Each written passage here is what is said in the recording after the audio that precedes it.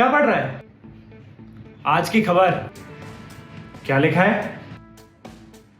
राष्ट्रीय सुरक्षा सलाहकार अजीत डोभाल के न्योते पर मुस्लिम वर्ल्ड लीग के सेक्रेटरी जनरल डॉक्टर मोहम्मद बिन अब्दुल करीम अल ईसा 10 जुलाई सोमवार को 5 दिनों के भारत दौरे पर नई दिल्ली में मौजूद थे। भाई ये अल ईसा कौन है? अरे भाई, डॉक्टर अल ईसा सऊदी सरकार में न्याय मंत्री रह चुके हैं। अच्छा, और डॉक्टर अल ईसा को सभी मुस्लिम देशों में उनकी उदारता और एक समाज सुधारक के तौर पर बहुत इज्जत से देखा जाता है। वो सब तो ठीक है, लेकिन उनका इसी समय भारत में आना क्यों हुआ जब पूरे देश में यूसीसी को लेकर तहलका मचा हुआ है? इस लिहाज से देखा जाए तो उनका इस समय पर आना भी खास अहमियत रखता है। शायद इससे केंद्र सरकार मुस्लिम धर्म की तरफ अपनी सद्भावना को दर्शाना चाहती हो। तो क्या इससे पहले केंद्र सरकार को उनकी फिक्र नहीं थी?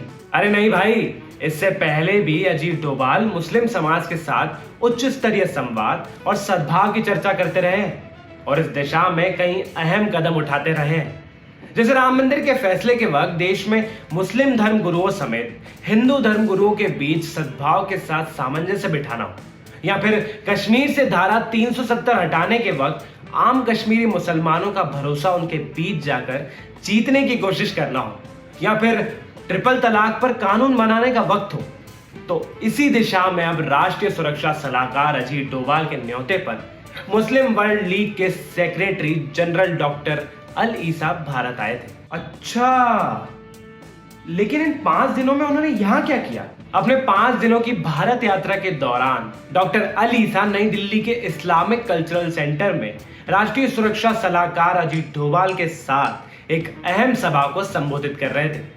इसके अलावा अल ईसा ने विवेकानंद फाउंडेशन के कार्यक्रम में अलग अलग धर्मों के बीच सौहार्द बनाए रखने के मुद्दे पर भी अपनी राय रखी थी। और यही नहीं, अपनी इस भारत यात्रा के दौरान डॉक्टर अल ईसा ने दिल्ली की जामा मस्जिद जाकर वहां नमाज भी पढ़ी और आगरा का ताजमहल भी देखा, और साथ ही अल ईसा अक्षरधाम के दर्शन करने भी गए, शांति और सौहार्द का संदेश देकर सभी धर्मों को समान दर्शाने के लिए।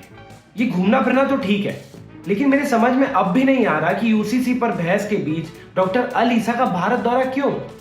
खबर कहती है कि डॉक्टर अल ईसा ने अब तक मुस्लिम समाज में सकारात्मक सुधार को लेकर बहुत काम किया है और उन्हें मुस्लिम देशों और मुस्लिम समाज में आधुनिक सोच को फैलाने के लिए जाना जाता है। सऊदी सरकार में मंत्री रहते हुए भी डॉक्टर अल ईसा ने मुस्लिम समाज में मॉडर्न विचार, औरतों के बराबर हक और अपनी सद्भाव के लिए काफी काम किए हैं। इसलिए शायद केंद्र सरकार इनके माध्यम से यूसीसी के कॉन्सेप्ट को उन लोगों तक पहुंचाना चाहती हो। लेकिन वे लोग इनकी बात मानेंगे क्यों? क्योंकि अल ईसा केवल एक मुस्लिम ही नहीं बल्कि एक प्रसिद्ध समाज सुधारक भी। मुस्लिम वर्ल्ड लीग के महासचिव अल ईसा ने भारत और सऊदी अरब के संबंधों, सऊदी अरब में रहने वाले भारतीयों और महिला सशक्तिकरण जैसे कई मुद्दों पर कई सराहनीय कदम उठाए हैं। और साथ ही इस दौरे पर उनका कहना है कि उन्होंने भारत की संस्कृति, परंपरा, विविधता के बारे में बहुत कुछ सुना था और इसका अनुभव करके वो बहुत खुश भी हैं। उन्होंने भारत के धार्मिक, राजनीतिक और आध्यात्मिक नेतृत्व से बातचीत की और कहा कि भारत के लोकतंत्र की खूबसूरती ये है कि यहाँ प्रत्येक नागरिक को समान अधिकार है। भारतीय संविधान सभी नागरिकों को समान अधिकार की गारंटी देता है। अच्छा, तो क्या भारत और सऊदी के मध्य कोई संधि भी हुई है? संधि नहीं, दोस्ती। सऊदी अरब और भारत की दोस्ती पर अल ईसा ने कहा कि भारत के साथ उनके बहुत मजबूत संबंध हैं। इस तरह की मुलाकातें और चर्चाएं इन दोनों देशों के बीच मजबूत रिश्ते को बढ़ावा देगा, जिसके साथ वे सऊदी अरब और भारत के बीच नई दोस्ती देख रहे हैं, जिस पर उन्हें बहुत गर्व है। तो एक बात ये भी बता कि सऊदी अरब में प्रवासी भारतीयों को लेकर अल ईसा की राय क्या है? सऊदी अरब में रह रहे भारतीयों के बारे में अल ईसा ने कहा कि सऊदी अरब में भारतीय प्रवासियों का एक विशेष स्थान है और सऊदी अरब में भारतीय प्रवासियों ने सभी क्षेत्रों में शानदार प्रदर्शन किया है और हम सऊदी अरब में भारतीयों पर बहुत भरोसा करते हैं और उनकी असाधारण क्षमताओं को जानते हैं। और सऊदी अरब में महिलाओं की स्थिति पर कुछ कहा उन्होंने? हाँ, वो बोले कि सऊदी अरब में महिला सशक्तिकरण एक नारा नहीं बल्कि हकीकत है। इस्लाम महिलाओं को समान अधिकार देता है और जहां तक महिला सशक्तिकरण की बात है, वो सऊदी अरब विकसित देशों में से एक है।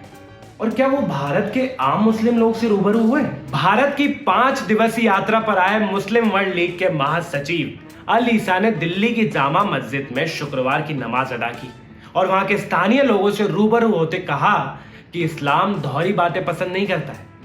इस्लाम अच्छे चरित्र की बहुत अहमियत देता है। मुस्लिमों को हर किसी के प्रति दयालु जरूर होना चाहिए। इस्लाम में अतिवाद के लिए कोई जगह नहीं है। हमें अपने अपने पड़ोसियों का ख्याल रखने की जरूरत है। वाह यार, ये तो बड़ी अच्छी बात कहकर गए हैं। हाँ, वो तो अच्छी बात कह गए।